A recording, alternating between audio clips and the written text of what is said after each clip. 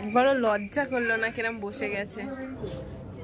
আর আমি এখানে থালা নিয়ে দাঁড়িয়ে আছি। আর এই গিফট কিন্তু অনেক স্পেশাল, অনেক দিন ধরে এটাকে আমি বানিয়েছি।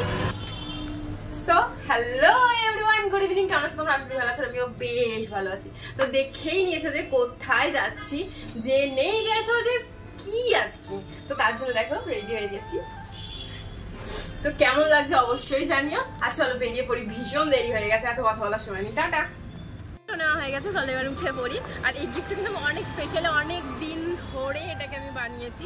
তো চলো, জানি না খুলে দেখাতে পারবো কিনা, বাট এটা আমি অনেক স্পেশাল ভাবে বানিয়েছি। চলো তো চলো তোমাদের সাথে কথা বলতে বলতে দেখো আমি এসে পৌঁছে গেছি সেই ভূতের রাজা দিল বর। হ্যাঁ, আজকে অনুষ্ঠানটা এখানেই আছে। আর এটা হচ্ছে আমাদের কোনো আশেপাশের ভূতের রাজা দিল বর কোনো রেস্টুরেন্ট নয়, এটা অনেকটা দূরে ছিল, প্রায় হচ্ছে তোমার বউবাজারের দিকে।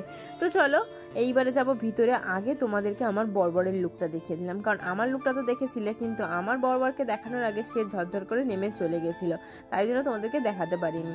তো চলো এসে পৌঁছে গেছি। আর এই হচ্ছে সেই দাদা, আর হচ্ছে আমাদের বৌদি, এই হচ্ছে এনাদের হচ্ছে আজকের রিং সেরিমনি। তো চলো ভিতরে যাই, গিয়ে তোমাদেরকে একদম সচক্ষে দেখাই।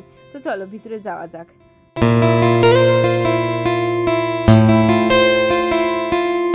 চলো ভিতরে তো চলে এসেছি, এটাই হচ্ছে এন্ট্রেন্স। আর এর মানে বাঁ দিকেই ছিল দেখো খাবারের জায়গা, মানে রেস্টুরেন্ট, আর এটা ছিল বাওয়ার্চির। আর এই দিকে দেখো মানে হচ্ছে সরি বাঁ দিকে ছিল বাওয়ার্চি, আর ডান দিকে যে গেটটা দেখলে ওইখানেই হচ্ছে ভূতের রাজা দিল বরের রেস্টুরেন্টটা, যেখানে খাওয়া দাওয়ার ব্যবস্থা। সামনেই হচ্ছে ওয়াশরুম, আর হচ্ছে তোমার লিফট থেকে উঠে গেলেই ওপরেই রয়েছে হচ্ছে গেস্টদের থাকার, মানে সরি থাকার না, মানে অ্যাকচুয়ালি ভেন্যু বলা যায়, ঠিক আছে। তো এখানে দেখো সামনেই দেখতে পাচ্ছ যে স্টেজ তৈরি করা আছে। চলো আমি গিয়ে আগে গিফটটা দিয়ে আসি।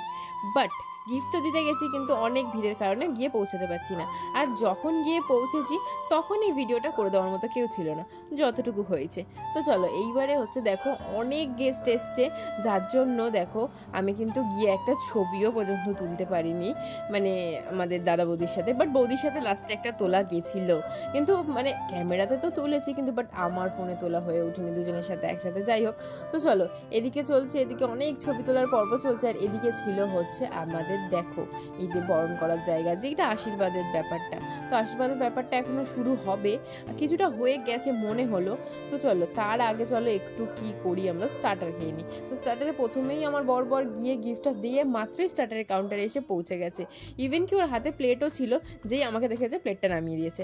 আর এই দেখো স্ন্যাক্সে কি কি ছিল, এখানে ছিল হচ্ছে ভেজ পকোড়া থেকে শুরু করে, আর হচ্ছে চিকেন গন্ধরাজ, এটা ছিল ভীষণ ভালো খেতে দুটোই। তো চলো আবার গেলাম হচ্ছে আশীর্বাদের পর্বটা তোমাদেরকে দেখানোর জন্য, এটা একটু স্পিডেই দেখিয়ে দিলাম। চলো এটা দেখানোর পরে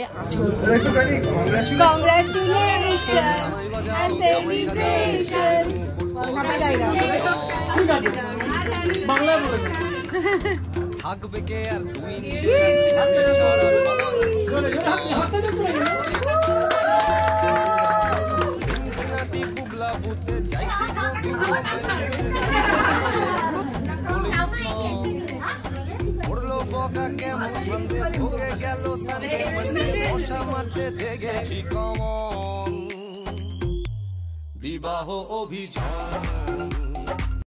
তো দেখেই নিলে কেক কাটাটা রিং সেরিমনি আগেই হয়ে গেছিলো, আমরা আসতে লেট করে ফেলেছিলাম। তো তারপরে দেখো চলে গেছিলাম হচ্ছে যে বলেইছিলাম ডান দিকে যে খাবারের জায়গা রয়েছে রেস্টুরেন্টটা, তো চলো সেখানে চলে গেছিলাম খেতে।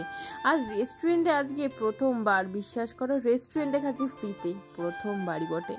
তো চলো এইবারে থালা নিয়ে আমাদেরকে একে একে লাইন দিতে হবে, কিন্তু এখানে দেখছি অনেকটাই ভিড় আছে, তাই জন্য ভাবলাম একটু দাঁড়িয়ে গেলাম। আর এদিকে ততক্ষণ তোমাদেরকে খাবারগুলো দেখাতে রাখলাম। এদিকে রয়েছে মিষ্টির কাউন্টার, আর ওদিকে দেখো রয়েছে খাবারের কাউন্টার।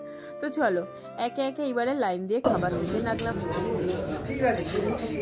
একবারও লজ্জা করলো না, কিরম বসে গেছে। আর আমি এখানে থালা নিয়ে দাঁড়িয়ে আছি। কেন এরম কেন, তুমি লজ্জা করে না? তুই বসে গেলি, আমি একবার বসার জায়গা পাইনি।